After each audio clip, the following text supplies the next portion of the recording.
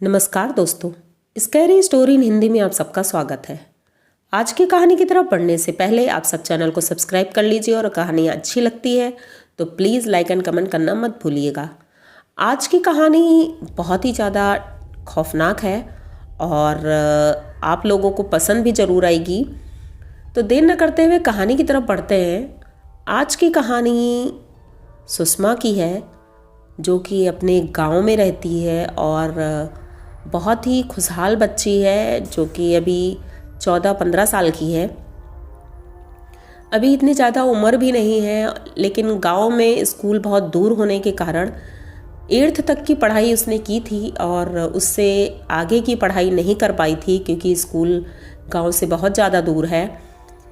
तो गांव में अपनी माँ की और अपने पिताजी की हेल्प करती थी, मदद करती थी, खेतों में काम करना और ये सारे काम उसे बखूबी आते थे और घर में खाना बनाना भी उसने सीख लिया था। सब कुछ बहुत ठीक था और उसकी एक छोटी बहन भी थी और एक बड़े भैया थे। खेतों में काम करने के लिए वो अपने पिताजी के साथ और अपनी माँ के साथ जाया करती थी। उसके बहुत सारे खेत थे और उनके पिताजी काम नहीं करते थे, वर्कर थे, लेकिन देखने के लिए जाना पड़ता था, तो वो भी साथ में जाती थी। तो रास्ते में एक खेत के किनारे एक कुआं था, जिस कुएं की तरफ जाने से उनके पिताजी अक्सर उनको रोकते थे कि बेटा उस तरफ मत जाना, बाकी तुम्हें जहाँ भी खेलना है, जहाँ भी टहलना है वहाँ पड़ जाओ। पर सुषमा अक्सर ये सोचती थी कि पिताजी उधर जाने से क्यों रोकते हैं। उसके मन में जब कहते हैं कि कोई रोक देता है ये काम मत करना, तो बच्चों की आदत होती है कि मैं उधर ज़रूर जाऊंगी। ये सोच करके एक दिन खेत से वापस आ रही थी, दोपहर का समय था, वही 2 बज रहा था, और जब वो उस रास्ते से निकलने लगी तब उसका ध्यान उस कुएं की तरफ गया। उसने देखा कि एकदम सन्नाटा है, अगल बगल कोई नहीं था। तो वो धीरे धीरे उसके कदम पता नहीं कैसे अचानक उस कुएं की तरफ मुड़ चले और वो कुएं के पास पहुंच गई। जैसे ही वो कुएं के पास पहुंची थी, उसने देखा कि कुएं में बहुत झाड़ हो गई थी और कुछ पानी भी नहीं दिख रहा था, काला काला पानी दिख रहा था। उसको कांटों से बंद कर दिया गया था और उसमें कोई यूज़ नहीं करता था, कुछ भी सालों से बंद पड़ा था वो। ये देख करके थोड़ा अजीब लगा उसे कि आखिर पिताजी इसमें इधर आने के लिए क्यों रोकते हैं, ऐसा तो यहाँ कुछ भी नहीं है। हाँ, पुराना कुआं है, बस इसीलिए डांटते होंगे शायद। वो वहाँ खड़े सोच ही रही थी, तभी पास में उसे एक औरत खड़ी हुई दिखती है। दोपहर का समय था और वो औरत पता नहीं क्यों वहाँ अचानक से जब दिखाई पड़ती है सुषमा को, सुषमा देख के डर जाती है कि अभी तक तो यहाँ कोई भी नहीं था और ये औरत यहाँ क्या कर रही है। वो एक पेड़ था आम का छोटा सा, उसी पेड़ के पास वो औरत खड़ी हुई थी और सुषमा को बहुत गौर से देख रही थी। सुषमा एक बार उसको देखती है और जैसे ही उसको देखती है तो पता नहीं क्यों सुषमा को डर लगता है, जबकि वो नॉर्मल ही दिख रही थी, लेकिन सुषमा डर जाती है और वहाँ से वापस घर की ओर दौड़ने लगती है। दौड़ करके अपने घर जाती है, हंसने लगती है। उसकी माँ पूछती है कि आखिर इतनी तेज़ी से क्यों दौड़ के आ रही हो, क्या बात है। तो वो कुछ नहीं बताती है क्योंकि पिताजी ने वैसे भी जाने से मना किया था वहाँ। वो कुछ नहीं बताती है और खाना खाने के लिए बैठ जाती है। माँ खाना लगाती है। सुषमा खाना खा ही रही थी, लेकिन उसके दिमाग में पता नहीं क्यों उस औरत की छवि बार बार आ रही थी। ये इसे समझ में नहीं आ रहा था कि ऐसा क्यों हो रहा है। धीरे धीरे शाम हो जाती है और शाम होने के बाद सब, उनके पिताजी भी घर आ जाते हैं। सब खाना वाना खा करके अपने अपने बिस्तर में पहुंच जाते हैं, क्योंकि गांव में वैसे भी 9 बजे तक सब सो जाते हैं। तो सुषमा भी अपनी चारपाई पे लेटी हुई थी और पता नहीं क्यों उसे अचानक से ठंड लगने लगी बहुत ज़्यादा। तो उसने अपनी माँ से कहा कि माँ मुझे ठंड लग रही है। तो माँ ने बोला हो सकता है तुम्हें बुखार हो, क्योंकि गर्मी का मौसम है, इस मौसम में ठंड तो नहीं लगनी चाहिए। तो उनकी माँ चेक करती हैं तो बुखार तो नहीं था, लेकिन ठंड पता नहीं क्यों लग रही थी। अब उनके पिताजी भी परेशान होते हैं कि आखिर ऐसा क्यों हो रहा है। सोचा शायद मच्छरों ने तो नहीं काट लिया, मलेरिया हो गया होगा। अब यही सब सोच रहे थे वो लोग। चादर उसको उड़ा देते हैं। दवाई भी अपने हिसाब से जो समझते हैं घर में रखी थी बुखार की वो दे दी, लेकिन उसकी तबीयत ठीक नहीं हो रही थी। लेकिन सुबह जब हुई तो सुबह उसको कुछ हल्का महसूस हुआ, ठंड नहीं लग रही थी और तबीयत भी कुछ ठीक लग रही थी। तो वो बाहर टहलने के लिए निकली और जैसे ही वो टहलने निकली तो सामने जो कच्चा रास्ता था उस रास्ते पर वही औरत इसको खड़ी हुई दिखती है। वो चुपचाप खड़े हुए सिर्फ सुषमा को देख रही थी।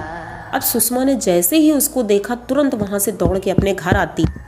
अब तो मानो वो डर से कांप रही थी। उसकी माँ ने पूछा, आखिर क्या बात है, बताओ तो सही। लेकिन वो कुछ भी नहीं बता रही थी।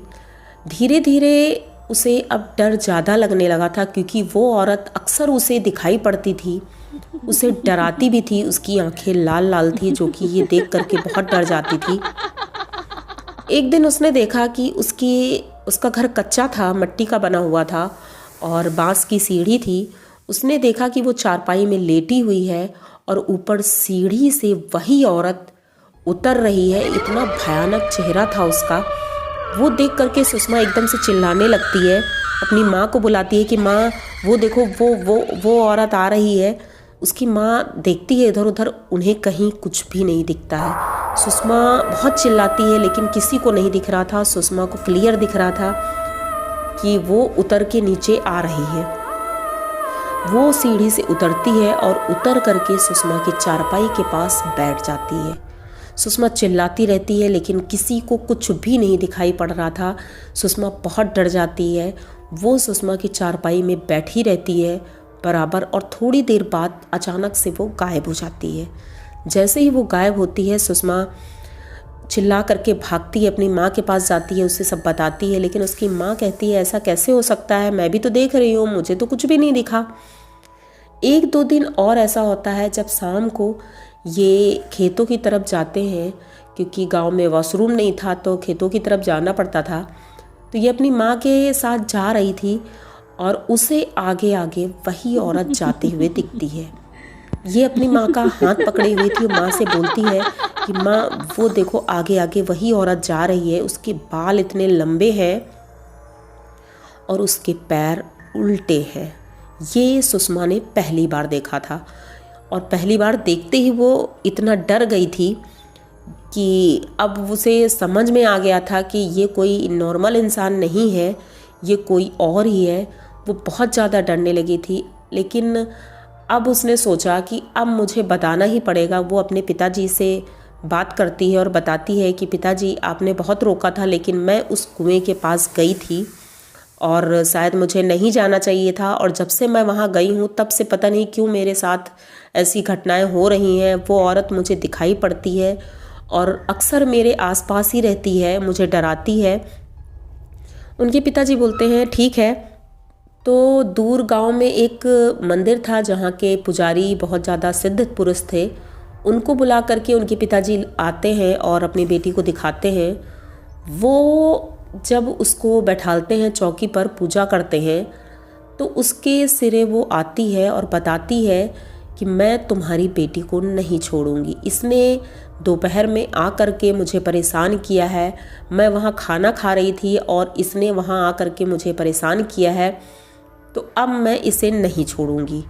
उसे बहुत कोशिश करते हैं भगाने की, लेकिन वो नहीं हटा पाते हैं। सब लोग कहते हैं कि ऐसा है, अब इसे लेकर के आप बालाजी जाइए, क्योंकि वहीं पर ये ठीक होगी, ऐसे तो ये ठीक नहीं होगी। बहुत कोशिशों के बाद गाड़ी से उसे ले जाने की कोशिश करते हैं, लेकिन कुछ न कुछ बहाना, कुछ न कुछ उसके नए तरीके होते हैं ना जाने के, तो वो जा ही नहीं पाते हैं। और एक बार तो वो कुछ दूर तक गए भी, उनकी गाड़ी का एक्सीडेंट हो जाता है और वो वापस अपने घर आ जाते हैं। अब सब लोग बहुत परेशान थे। लड़की की तबीयत दिनों दिन बिगड़ती जा रही थी। ये सोचिए उसका पूरा शरीर पीला पड़ गया था और इतनी कमज़ोर हो गई थी कि अब वो अपने आप उठ बैठ भी नहीं पाती थी। घर वाले बहुत परेशान थे, पूरे गांव के लोग परेशान थे, क्योंकि बच्ची बहुत अच्छी थी। एक दिन ऐसे ही शाम के समय उनकी माँ खाना बना रही थी और वो चारपाई में लेटी हुई थी। तभी उसे दिखाई पड़ता है कि मेन गेट से कोई अंदर आया है, और ये एहसास इनकी माँ को हुआ कि किसी ने गेट खोला, लेकिन दिखाई कोई भी नहीं पड़ा था। सुषमा को क्लियर दिख रहा था कि कोई आ रहा है सामने, और जैसे ही वो चारपाई के ठीक सामने आती है, सुषमा एकदम से चिल्लाने लगती है और अपनी माँ को बुलाती है, माँ मुझे बचा लो, माँ मुझे बचा लो। ये मतलब आप ये सोचिए, ये बात उनकी माँ दिन में 4 बार सुनती थी जब उनकी बेटी ये बोलती थी कि माँ मुझे बचा लो। लेकिन उनकी माँ इतनी परेशान होती थी कि मैं किससे बचा लूँ, कैसे बचा लूँ, क्योंकि उन्हें कोई दिखता ही नहीं था। तो जब ये इतनी ज़्यादा परेशान हो जाती हैं, उस दिन तो सुषमा बेहोश हो गई थी और उसे होश में बहुत टाइम लग गया आने में। उसके बाद उनके पिताजी एक दूसरे गांव गए, वहाँ से उन्होंने सोचा किसी को बुला के लाते हैं। तो वो आते भी हैं और इनका उपचार करने की कोशिश भी करते हैं। उसी उपचार के दौरान जब वो गुरुजी जाते हैं वहाँ से, उसी रात को पता नहीं वो जब सो रही थी, अपनी माँ के साथ ही सो रही थी, लेकिन पता नहीं कैसे जब सुबह होती है तो उनकी माँ देखती हैं उनकी बेटी चारपाई में नहीं है।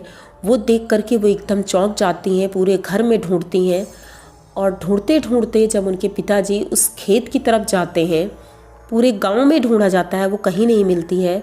तो उनके पिताजी उस कुएं के पास जाते हैं और देखते हैं तो उनकी बेटी उसी कुएं के पास किनारे पड़ी हुई है और वो मर चुकी है। ये देख करके पूरे गांव के लोग सब परेशान हो जाते हैं, सब रोने लगते हैं, सब उनकी माँ तो एकदम बेसुध हो जाती हैं, सब बहुत परेशान होते हैं। लेकिन उनकी माँ को पता था कि ये क्या है और क्यों हुआ है।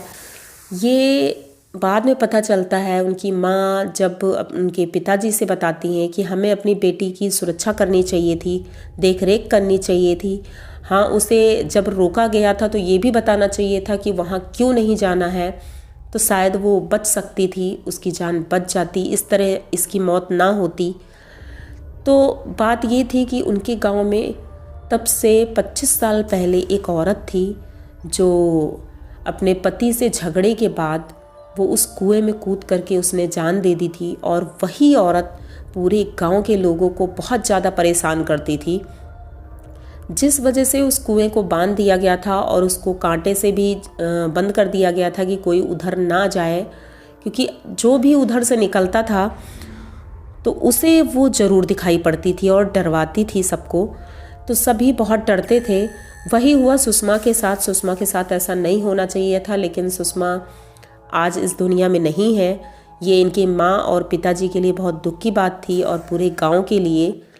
तो ये कहानी आपको कैसी लगी? अगर अच्छी लगी हो तो प्लीज़ चैनल को सब्सक्राइब करिए, लाइक कमेंट करिए और शेयर करिए। इसी तरह नई और अनोखी कहानी लेकर मैं आती रहूँगी। और अब मिलते हैं अगली नई कहानी में। Thank you.